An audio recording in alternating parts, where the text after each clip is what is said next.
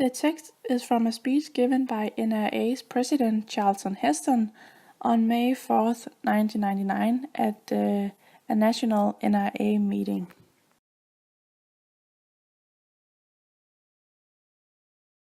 Topic. The topic are guns and the NRA. The topic is very controversial and gun control is a highly discussed topic in the USA.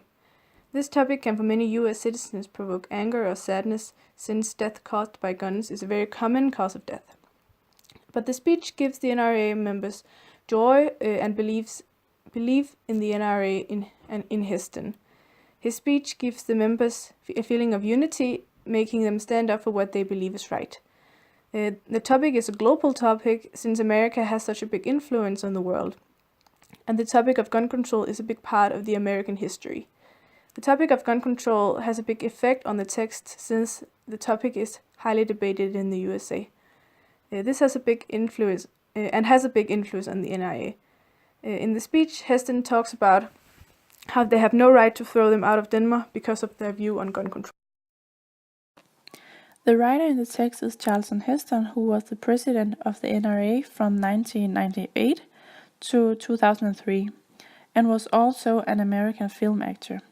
The NRA is an American interest organization that works for individuals' rights to carry weapons for self-defense. NRA has over 5 million members and is one of the most powerful organizations in the United States. In 2000, Heston announced that he had been diagnosed with the illness Alzheimer. 8 years later, in 2008, Charlton Heston died because of the Alzheimer. Language. The speech is formal because of the occasion, but the speech itself is written in an informal language. We see the informal language in line 10, but it's fitting and proper because that sentence starts with the conjunction but. We also see some contractions like we are and we will in respectively line 2 and 4, page 22. The language affects the text in the way it is informal but still considered, because Charlton Heston shows us more credibility when he made himself on wavelength as the population. Circumstances. The text is a transcript of the speech given by Charlton Heston at a national meeting in Denver, Colorado on May 4th, 1999. The speech might have been written down, but is orally given to the listener. The text we have read is, as I said, a transcript of an orally given speech. Reader. Since it's a speech, the reader is more a listener than an actual reader. The listeners are probably most the NRA members, since the speech is given by the president of the NRA. The listeners and the writer or the speaker are not in a close relationship like best friends or the like. But in some way they do have a close relationship because of their common opinion about the Second Amendment. Intention. Charlton Heston's intention with the speech is to tell the members that the mayor of Denver has no right to say don't come here. Members of the NRA are just as American as any other people. He wants to tell the NRA members that they have the right to believe what they want and say what they want. The appeal forms. Charlton Heston is, as we said, the president of the NRA. That involved that he knows a lot about the gun politics and the Second Amendment. His knowledge itself and the title president gives him a strong ethos. On page 21 he says that he has served the country in many years. He says, I volunteered for the war they wanted me to attend when I was 18 years old. Since then, I've run small errands for my country from Nigeria to Vietnam. This is an example of ethos because he kind of presents himself as an American hero. It is also an example of pathos because it's a personal story.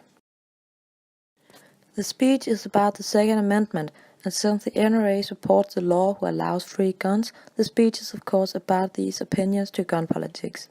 An example of logos could therefore be the fact that the Second Amendment allows you to keep and bear arms. The argument. Claim. Charlton Heston claims that the mayor of Denver has no right to say don't come here. Ground. It's a free country and there's many thousands of members of the NRA in Denver, and the members are normal people working and living in Denver. Warrant. Since America is a free country, anyone has the right to be there no matter what they believe. Heston says, as American, we are free to travel wherever we want in our broad land. Heston also volunteered for the war when he was 18 years old, which means that Heston has served his country for many years, and the mayor has dishonored Heston by saying, "Don't come here." Now we will compare the text with the knowledge we already have about the Second Amendment. The Second Amendment to the United States Constitution reads, "A well-regulated militia being necessary to the security of a free state, the right of the people to keep and bear arms shall not be infringed." The Second Amendment was part of the Bill of Rights that was added to the Constitution on December 15, 1791. This amendment protects the rights of citizens to bear arms or own weapons such as guns. The Second Amendment has become a controversial amendment in recent years.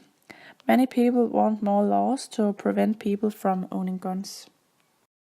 The Second Amendment has caused some confusion, since the term "a well-regulated militia" can be understood in two different ways. The NRA understands a well-regulated militia as citizens who own and regulate their own guns. But the Brady campaign understands a well-regulated militia as a military force controlled by the government. The NRA understand a well-regulated militia as citizens who own and regulate their own guns, and that is also why the Second Amendment is valid today, because it is the reason why the NRA still exists today. To put "Don't buy a handgun" into perspective.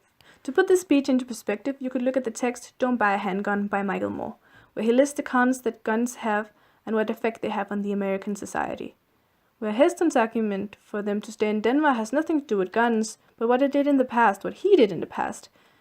He can't give any concrete answers to why guns should be allowed, except that he feels safe having a loaded gun at home.